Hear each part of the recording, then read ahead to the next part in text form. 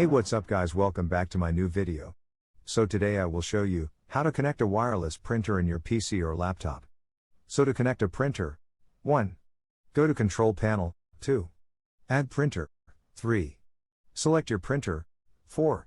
Press on Connect, done.